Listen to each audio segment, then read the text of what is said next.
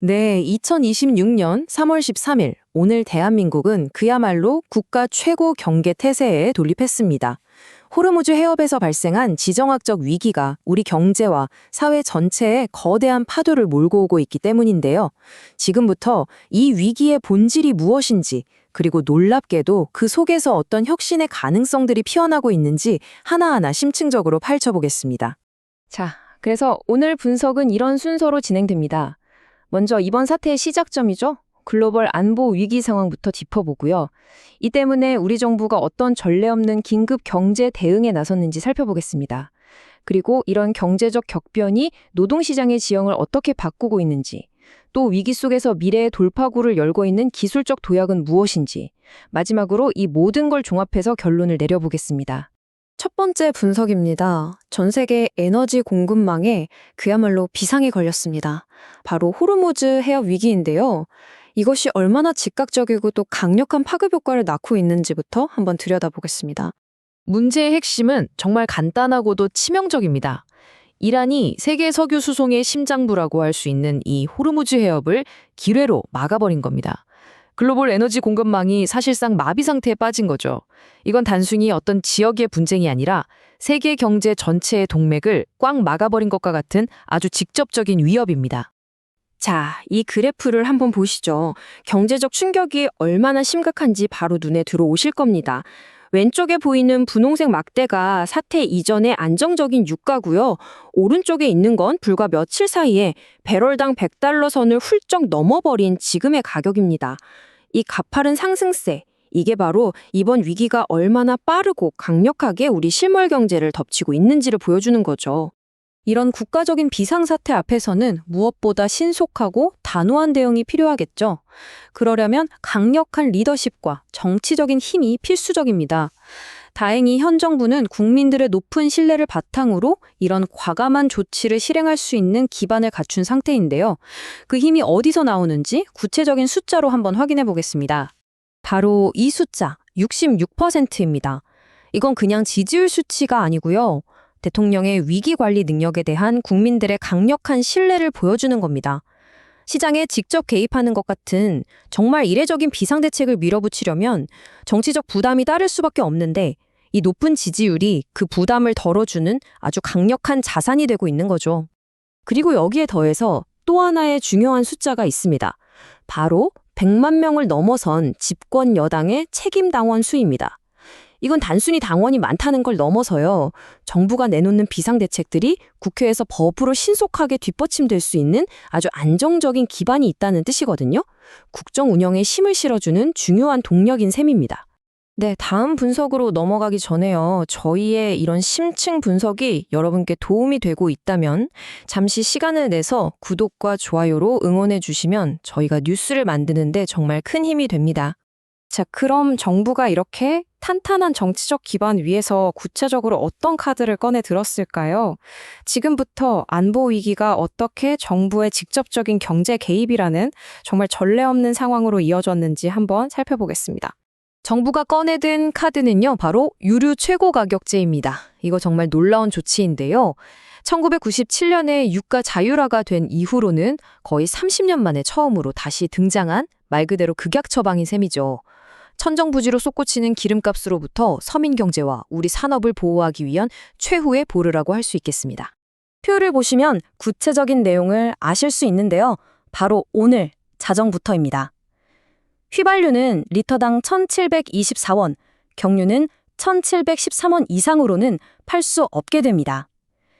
이 숫자들에는 당장 우리 국민들의 교통비 부담을 직접적으로 덜어주고 또 물류비용 상승을 막아서 전반적인 물가를 안정시키겠다는 정부의 아주 강력한 의지가 담겨 있습니다. 그런데 말이죠. 이 유가 폭등이 생각지도 못했던 곳에서 또 다른 사회적 논쟁에 불을 붙였습니다. 바로 배달 라이더분들처럼 요류비에 직접적인 타격을 받는 플랫폼 노동자들의 문제입니다. 이번 경제 위기가 이분들의 권리 문제를 우리 사회가 더 이상 외면할 수 없는 시급한 과제로 만든 셈이죠. 지금 한국노총을 중심으로 플랫폼 노동자들에게도 최소한의 사회 안전망, 그러니까 고용보험이나 산재보험 같은 걸 적용해야 한다. 불공정한 계약 관행을 뜯어고쳐야 한다는 목소리가 아주 커지고 있습니다.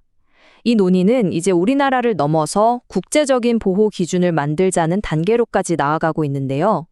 이들을 더 이상 법의 사각지대에 두서는 안 된다는 사회적인 공감대가 아주 빠르게 만들어지고 있는 겁니다. 네, 잠시 후에는 이 위기 속에서 피어나는 기술 혁신에 대한 아주 흥미로운 분석이 이어집니다. 계속해서 저희와 함께 해주시려면 구독과 좋아요 버튼 다시 한번 확인 부탁드립니다. 자, 이제 좀 분위기를 바꿔보겠습니다. 이렇게 어두운 위기 상황만 있는 건 아니거든요. 역설적이게도 이런 위기 속에서 미래를 향한 혁신은 오히려 더 빨라지고 있습니다. 지금부터 기술 분야에서 어떤 놀라운 발전들이 일어나고 있는지 한번 살펴보시죠. 특히 인공지능, AI가 그렇죠.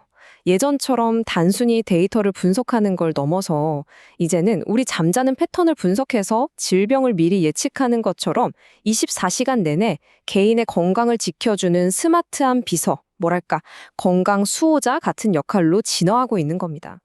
여기에 보이는 135만이라는 숫자. 이게 바로 기술이 가진 힘의 크기를 보여줍니다. 삼성전자 갤럭시 워치에 새로 들어간 수면 무호흡 감지 기능인데요. 이게 자칫 심각한 질병으로 이어질 수 있는 위험을 미리 발견해 주는 겁니다. 전 세계 수많은 사람들에게 더 건강하게 살 수 있는 기회를 열어주고 있는 거죠. 자, 다음은 정말 흥미로운 개념인데요. 카카오 모빌리티가 내놓은 피지컬 에이전트라는 겁니다. 이게 뭐냐면 쉽게 말해서 인공지능이라는 뇌에 로봇이라는 몸을 붙여주는 거예요. 지금까지는 가상세계에만 있던 AI가 이제는 현실 세계로 나와서 직접 움직이고 우리에게 서비스를 제공하는 시대를 열겠다는 아주 거대한 기술적 도약인 셈입니다. AI가 두뇌라면 로봇은 이제 손과 발이다.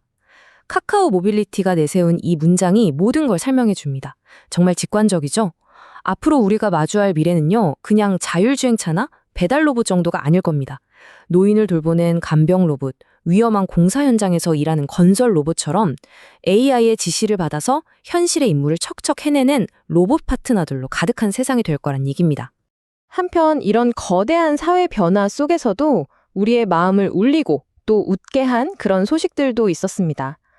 한국 현대음악의 큰 별이셨던 백병동 교수님을 떠나보내야 하는 깊은 슬픔도 있었지만 패럴림픽 컬링 대표팀과 조규성 선수가 보여준 그 꺾이지 않는 의지는 위기 속에서도 희망을 이야기하는 인간 정신의 승리 그 자체였습니다.